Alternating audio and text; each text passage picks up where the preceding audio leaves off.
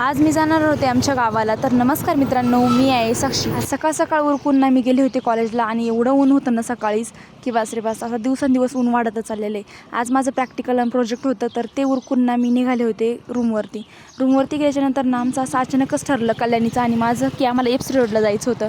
मग काय आम्ही मेट्रोनी प्रवास करणार होतो. मी तर फर्स्ट टाईमच मेट्रोनी प्रवास करणार होतो एवढा लांब, कारण की जवळच्या जवळ गेलेली पण एवढी लांब तर मी कधीच गेले नाही. इकडून यायला खूप उशीर झाला होता आणि नंतर मी हेअर कट करायला गेले होते रिया अकॅडमीमध्ये. पिंपरीमध्ये ना संत तुकाराम नगर येथे ना रिया अकॅडमी आहे. ही दीदी सगळ्या प्रकारचे क्लासेस पण घेते आणि हेअर कट वगैरे पण करते.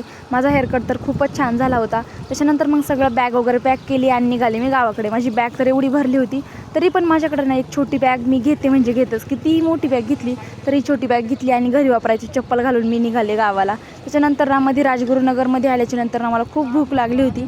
मग काय मी माझं 2 फेवरेट कुरकुरे घेतले, ते म्हणजे एक चटाका पटाका रेड कलरचा आणि ग्रीन कलरचा.